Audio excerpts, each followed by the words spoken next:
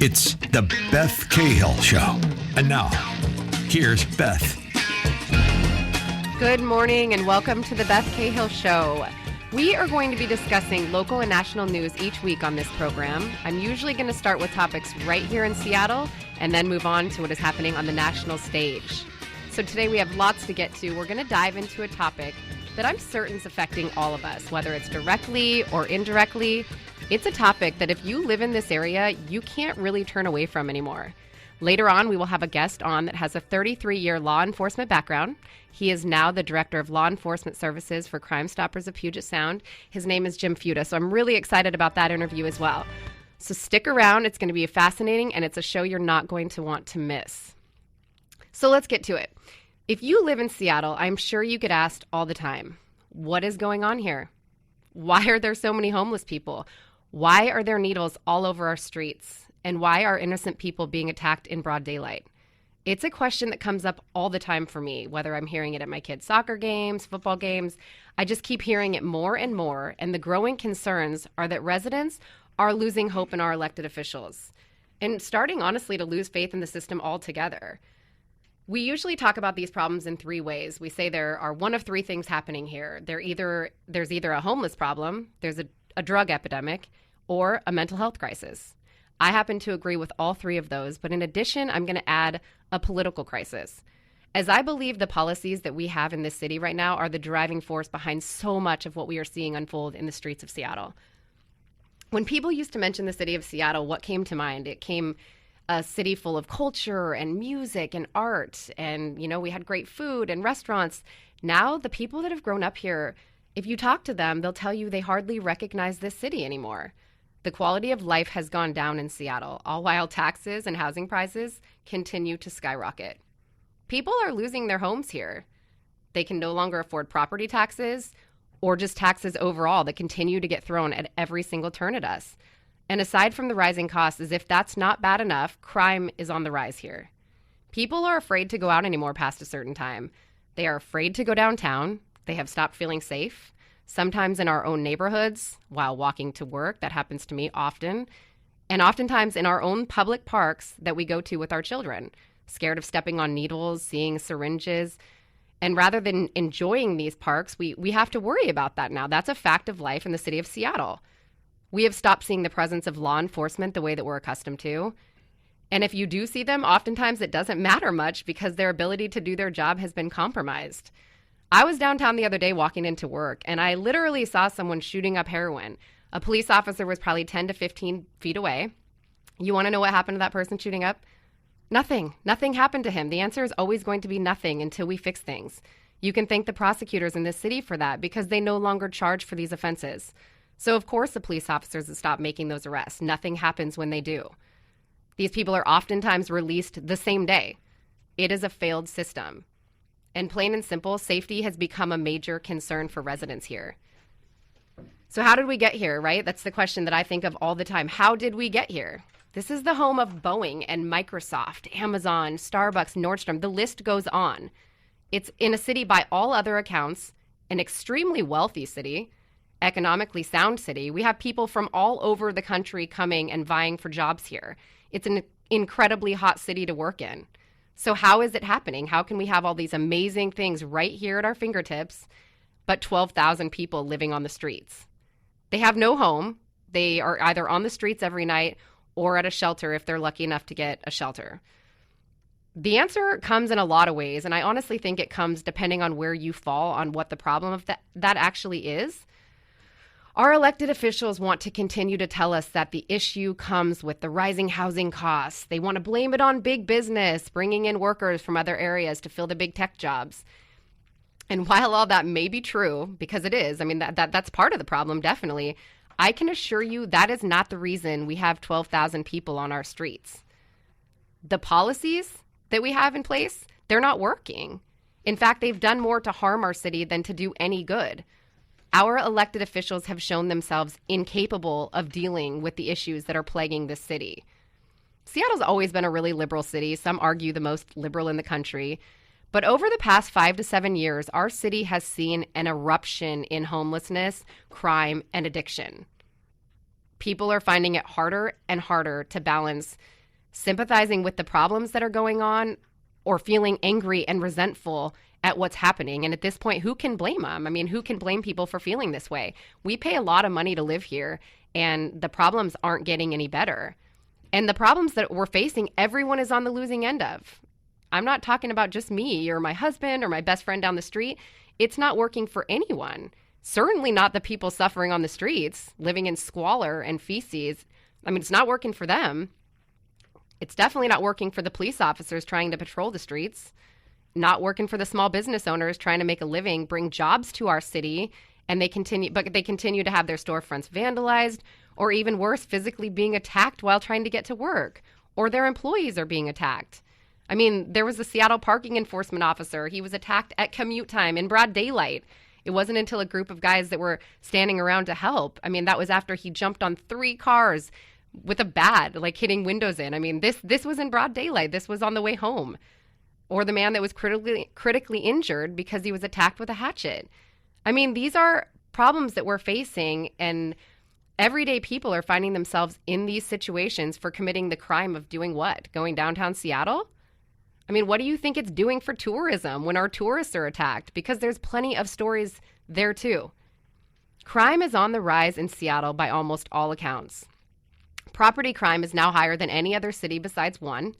If you were to take the top 20 cities in the country, I'm talking New York City, Los Angeles, Chicago, Seattle will rank higher than all of them in property crime.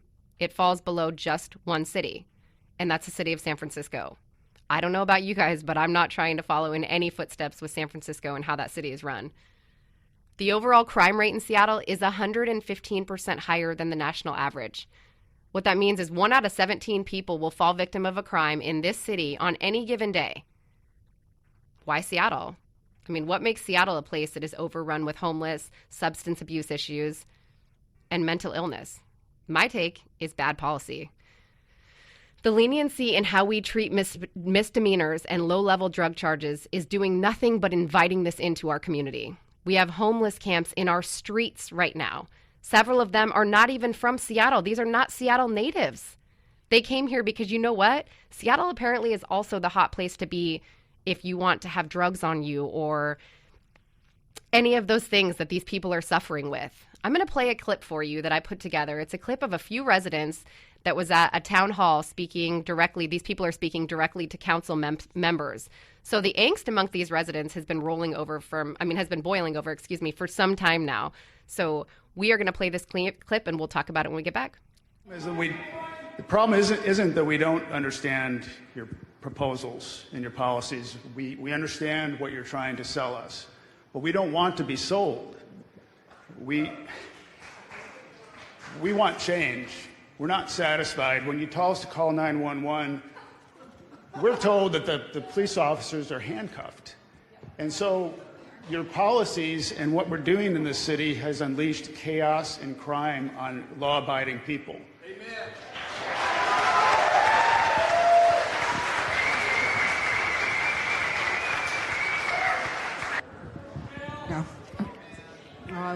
Mike, you've lost all credibility when you say, you said 2 words. You said, call 911.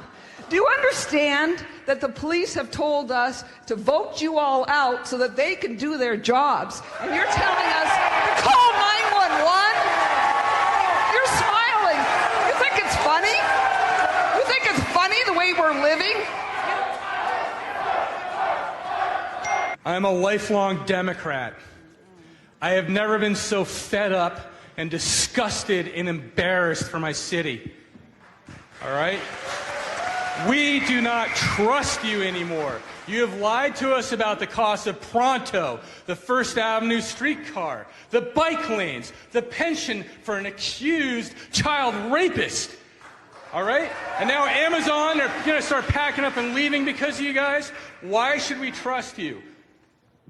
Your policies of letting them camp and trash our city with no consequences are attracting more homeless here. Just look at the tent mansion down by the Space Needle. They moved here from West Virginia. Couldn't they find a place to camp along the way? And for daring to speak out, we're called Nazis and NIMBYs by Deborah Juarez, your colleague.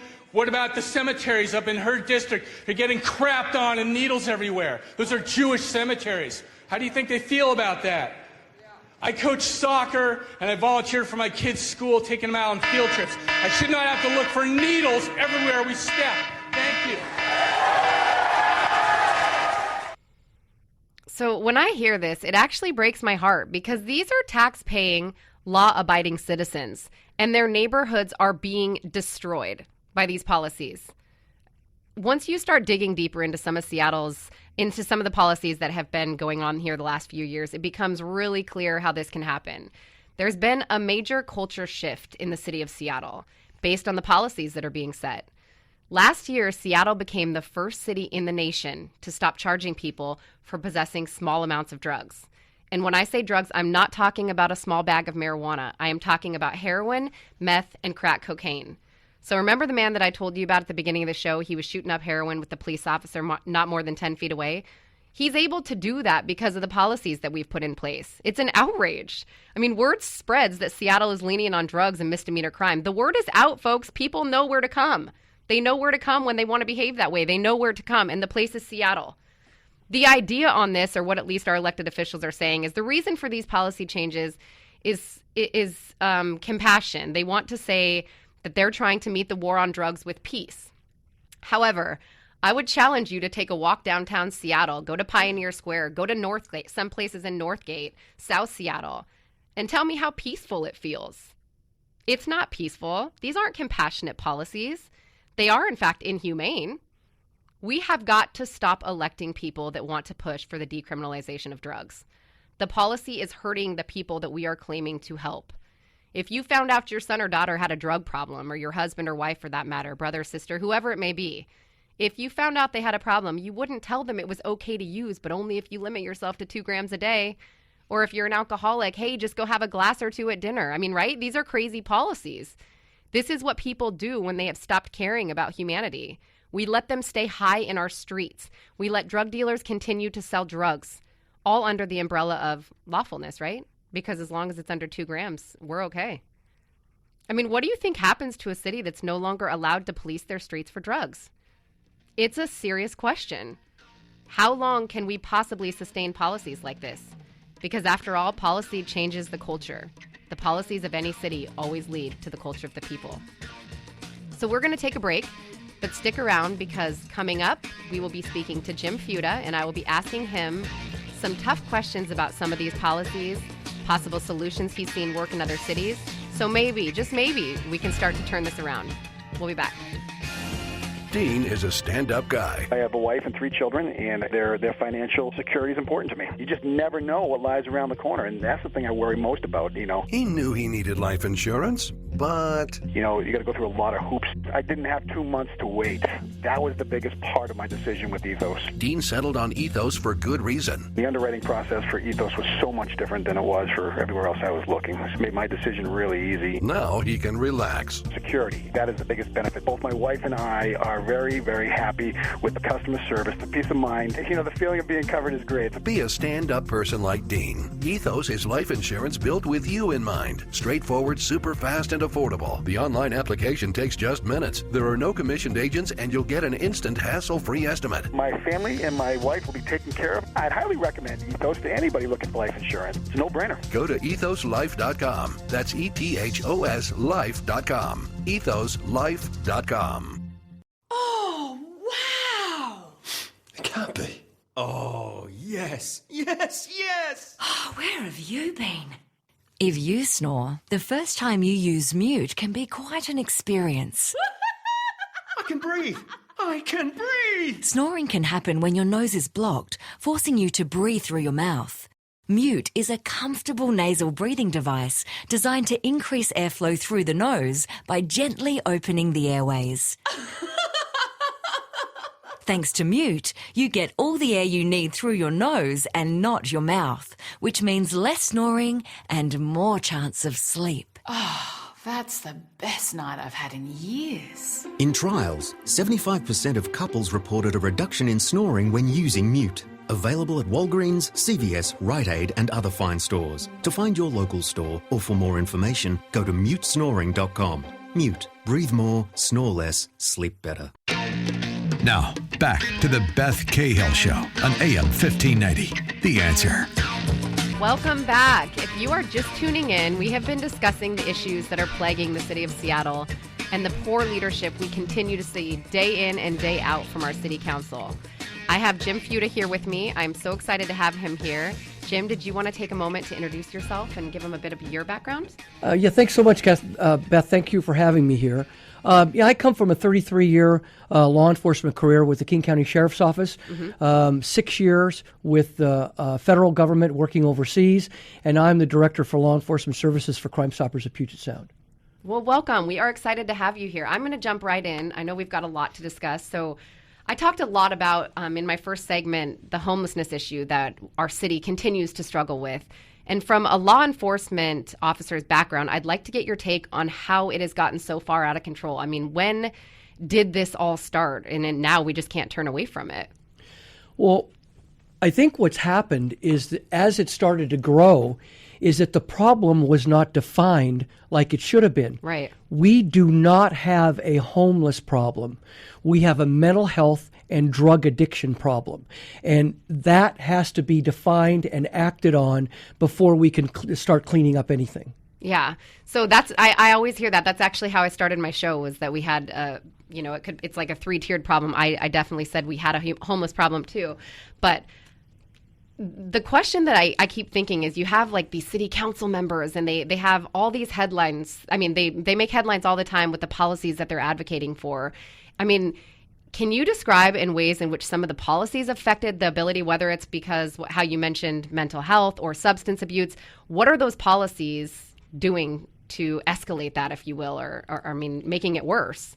Well, the policies are basically for the police, their hands are tied. Mm-hmm. We turn our back on, and it's sad in both ways. It's sad for the tax-paying citizens, and it's sad for the poor addict out there on the street. Right. Is that we cannot enforce or force them to get any type of health or help at all. Yeah. If we were able to enforce the laws we have, hold these people accountable. It's not your fault. It's not my fault they're drug addicted. It's their fault. So let's hold who's accountable and give them options to clean themselves up.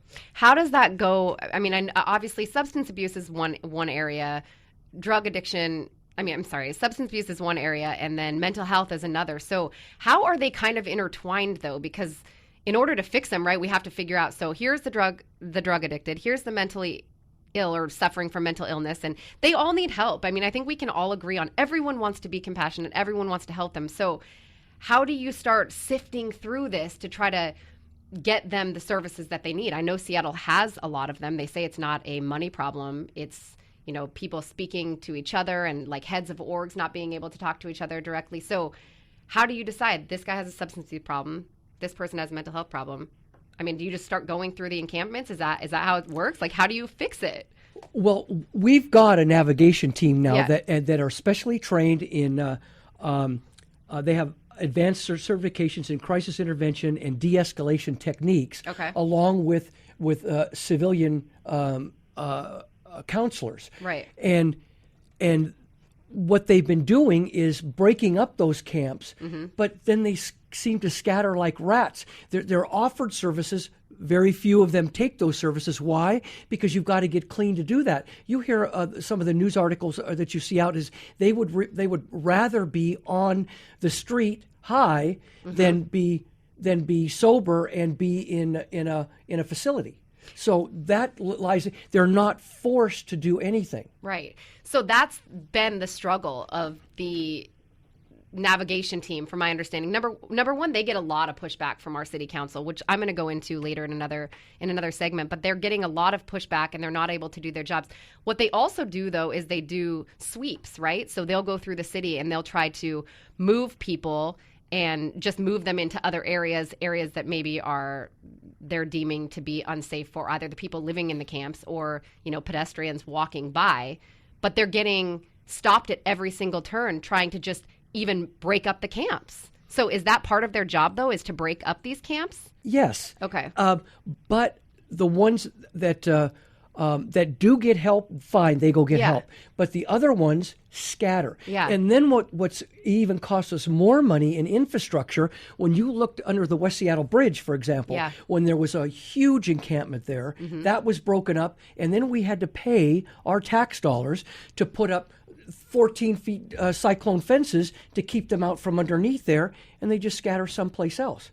So the jungle off of Airport Way, we have homicides there. There's rapes. It brings the crime along with that. So we don't need more laws. We need to enforce the ones we have and put those people, if it's in front of a judge, fine. If it's in front of a mental health professional, fine.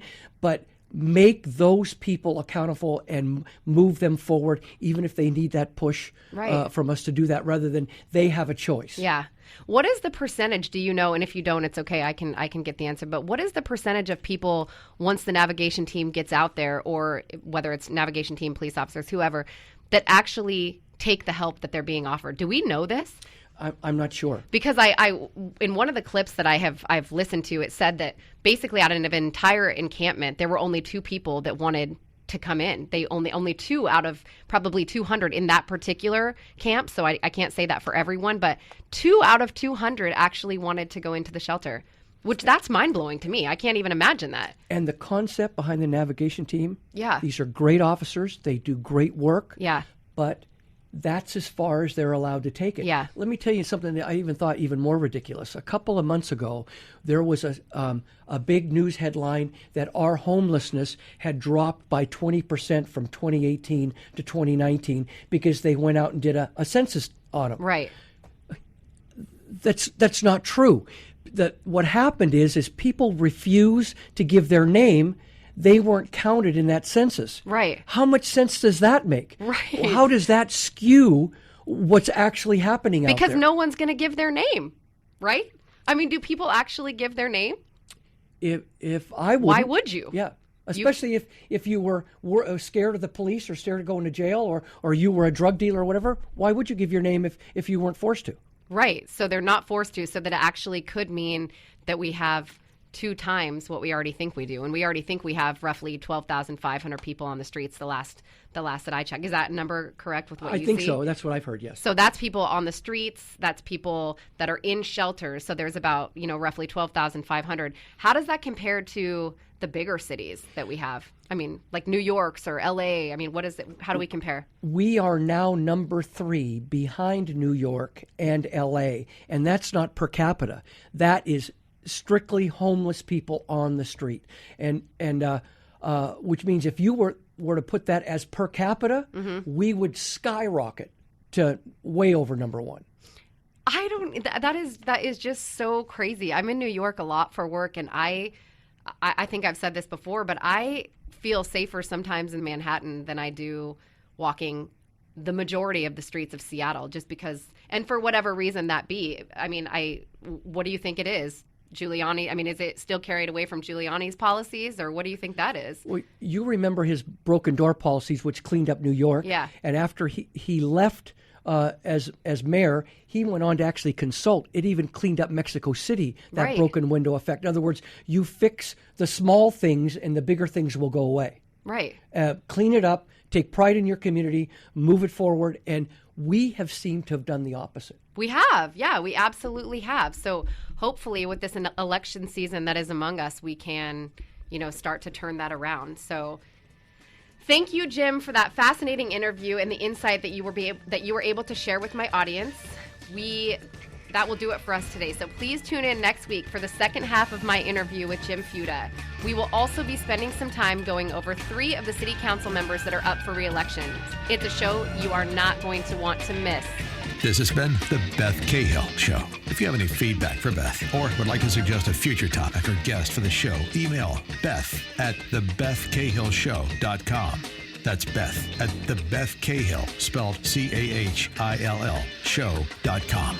Tune in again next Saturday morning at 9 for more of the Beth Cahill Show, right here on AM 1590. The Answer.